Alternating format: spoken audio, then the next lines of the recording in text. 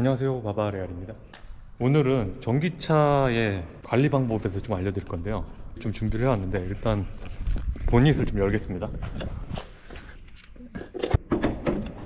열면 이런 식으로 보이시죠? 네, 여기 냉각수통이 있고요. 브레이크 오일이 들어가고, 그다음에 워셔액이 들어가고, 뭐 이 정도입니다. 전기차가 아예 관리할 게 없다고 생각하시는데 밑에 보시면 감속기라는 게 있고, 그 오일도 주기적으로 관리를 좀 해주시면 좋습니다. 그게 중요한 게 아니고, 물론 그것도 중요하지만 오늘 전기차 관리에 있어서 실험해 볼 것은 냉각수입니다. 이게 냉각수 보조 탱크인데요. 참고로 전기차에는 라디에이터 캡은 없습니다. 보조 탱크만 있고요. 혹시 혼동하실 분이 있을 것 같아서 이건 쉽게 열 수 있습니다. 보시면 약간 검은 느낌이 들죠. 이거는 지금 냉각수가 오염돼서 그런 게 아니고요. 제 차 최초 냉각수 색상은 녹색이었는데 핑크색으로 바뀌면서 두 냉각수가 섞여서 이런 색깔이 나오는 겁니다. 제 차는 니로 EV고요. 관리도 꾸준히 하고 있는데 특히 여름철에 관리하고 있는 부분이 이 냉각수입니다. 아무래도 여름에는 무덥고 높은 기온이 항상 유지되는 계절이기 때문에 그만큼 냉각수의 역할이 크겠죠. 냉각수를 전체를 교체할 수는 없지만 한번 부분 교체를 해보려고 합니다. 요즘은 저전도 냉각수가 들어가는 차량도 있고, 냉각 효율적 측면에서 봤을 때는 우리 일반 내연기관에 들어가는 이 에탄 글리콜 계열의 냉각수가 효율이 좋습니다. 제 차는 이게 들어가 있고 한동안 이게 논란이 많았었는데 가격도 좀 저렴하고 냉각 효율도 더 좋은 것으로 나타났습니다. 물론 보수적으로 생각했을 때는 화재의 위험은 있습니다. 하지만 배터리에 마감이 잘 돼 있다면 전혀 문제가 없으니까요. 걱정하지 않으셔도 될 것 같습니다.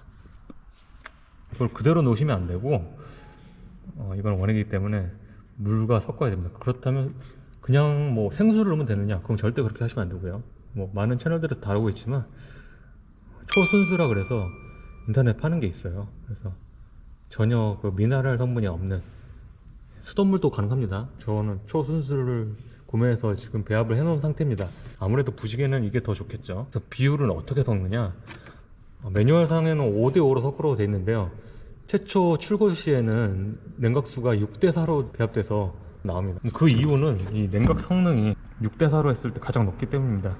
저온에도 강한 비율이라고 볼 수 있습니다. 그래서 5대5로 섞을 때도 마이너스 36도까지는 버티니까요. 뭐 우리나라가 그렇게 추운 나라가 아니기 때문에 그 이하의 비율로 섞어도 상관은 없지만 가장 좋은 효율로 배율을 해놓는 게 좋죠. 아무래도 그게 안전상을 또 문제가 생기지 않고요. 기본적인 얘기는 다 했습니다. 냉각수를 그럼 어떻게 갈 건데? 라고 물어보실 것 같아요. 전체적으로 다 가려면 이 냉각수 이제 16리터 이상 들어가는 걸로 알고 있어요. 정확하게 제가 자료는 자막으로 처리하겠습니다. 그렇게 많이 뺄 수는 없는 상황이고요. 그 비용이 또 많이 듭니다. 보시면 제가 다른 차는 어떻게 되는지 잘 몰라요. 근데 제 차 기준 말씀드리겠습니다. 저는 빨리 씻어낼 거니까 FM으로 작업하지 않는 부분은 양해를 부탁드립니다. 냉각수를 교체 한번 해보도록 하겠습니다. 이건 뭐 꼭 의무사항은 아니에요. 하면 좋다 이 정도입니다. 여기 조그마한 플라스틱 코크 같은 게 보입니다. 이게 라이스를 뺄 수 있는 보조 코크고요. 이거를 그냥 수도꼭지 열듯이 시계 반대 방향으로 돌려주시면 냉각수가 나오게 되어 있습니다. 그럼 이 냉각수 어디에 있는 냉각수가 나오느냐? 배터리에 있는 거 나오는 건 아니고요. 에어컨 그동안은 라디에이터 모터 인버터에 있는 일부의 냉각수를 빼실 수가 있어요. 일단은 이 보조 탱크의 캡을 좀 열어주시고요.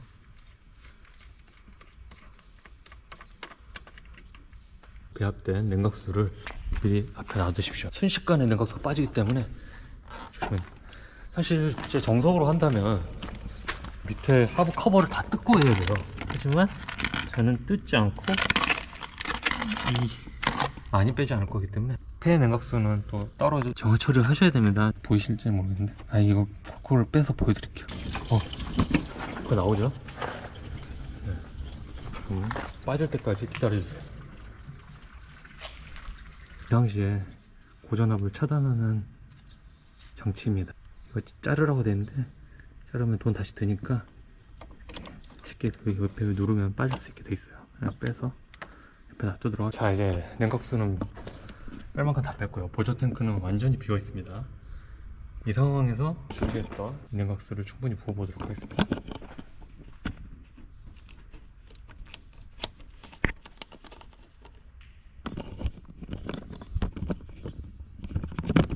저 혼자 할 때는 별로 어려운 게 아닌데 보여드려야 되니까 이거 왼손으로 하면 안 되겠다. 오른손 찍으면서 어느 게 낫나? 좀 간섭이 있어서 커버도 뜯도록 하겠습니다.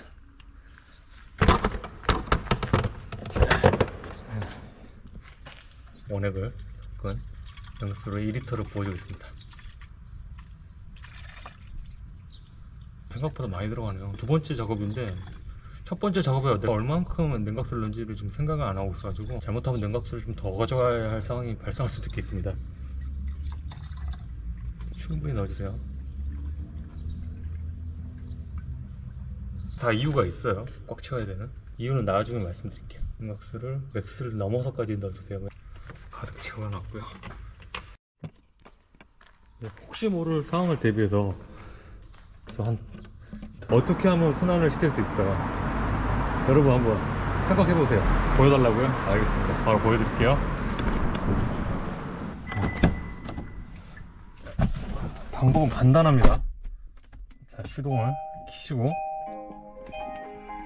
놔야 돼. 그리고 에어컨을 구동하면 돼요. 근데 에어컨 구동하면 순식간에 이게 막 주의하셔야 됩니다. 보여드렸는데 냉각수를 빼게 되면 인버터에 냉각수가 없다고 공고등이 뜹니다. 보겠습니다. 네, 얘기로 해놓으시고 빨리 가셔야 돼. 오, 순식간에 뭐 순환이 되네요.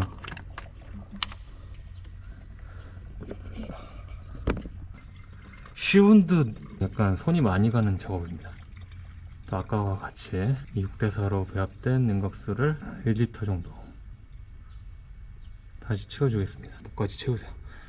자, 이 정도 다시 시동을 켜서 에어컨 급속하게 줄진 않네요. 내기로 돌리고 있고요. 그래서 꼭 지켜보셔야 됩니다. 이제 안정적이네요. 네, 최소한 3리터에서 4리터 정도는 가지고 이 작업을 준비하셔야겠네요. 네. 이렇게 되면 안정권에 들은 겁니다. 부분 교체를 하고 나서는 냉각수를 부분적으로 좀 여러 번 교체를 해주세요. 맥스 더 위까지. 네, 왜냐면 에어가 빠지면 또 줄어들 거니까.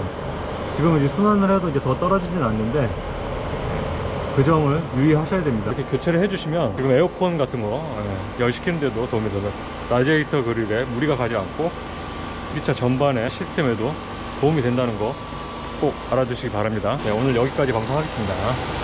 내용이 도움이 되셨다면 구독과 좋아요 부탁드립니다. 커넥